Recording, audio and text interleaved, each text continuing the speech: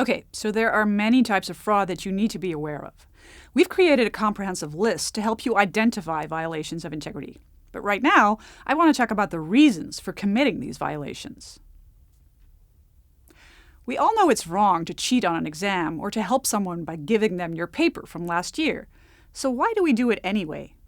Committing an act of fraud always has to do with choosing short-term goals over long-term goals.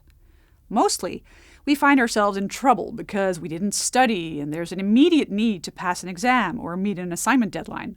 Or we really want to be liked by our friends. And sometimes we just don't want to seem like that overly righteous person who is acting morally superior to everyone. In stressful situations like these, it's easy to tell yourself that cheating is just a minor infraction, necessary to solve these immediate problems. Take the example of not having studied for an exam. Not passing the exam could mean serious problems for your study progress. It's easy to find excuses for why you didn't have time to study. Maybe there was a medical emergency in your family, or you were overwhelmed with coursework for another course, or you were too busy with work so you could pay your rent. People who cheat don't think of themselves as bad people who have no integrity. They feel they are perfectly moral people who are just in a bad situation.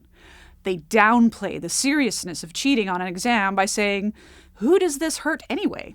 Well, you should know that it hurts yourself, first and foremost.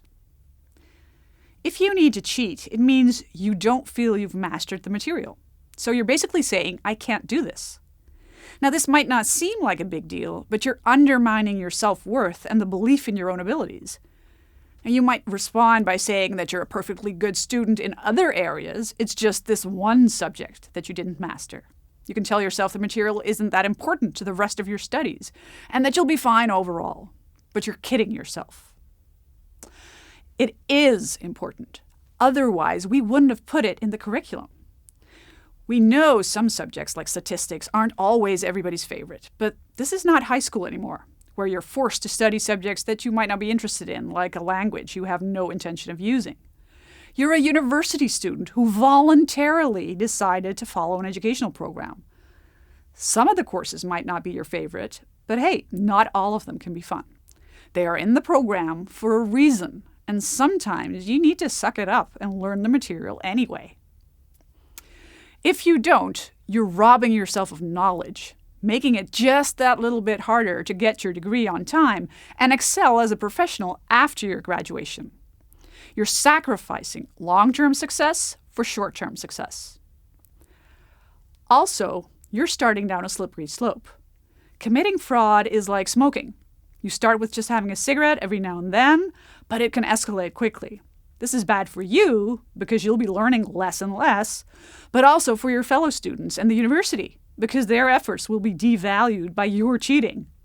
The more people cheat, the less valuable the degree becomes because it no longer guarantees knowledgeable and skilled professionals. Also, if you keep finding more and more excuses to tell yourself why it's okay to cheat, you'll end up actually becoming that immoral banker or that fraudulent director who misappropriated funds.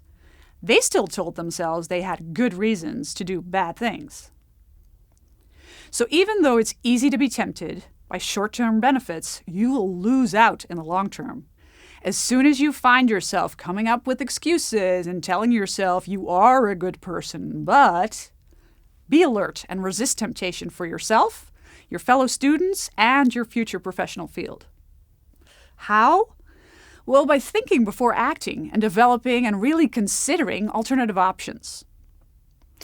Are you experiencing personal circumstances that provide a good reason why you couldn't study for the exam? Go see a study advisor. They might help you find a way to avoid study delay. Did you party too hard? Suck it up. Study all day before the exam and see what happens. Did you have to focus all your energy on another course? Complain about the uneven workload on the evaluation form or talk to the lecturer directly. And plan to study for the other course well before the resit.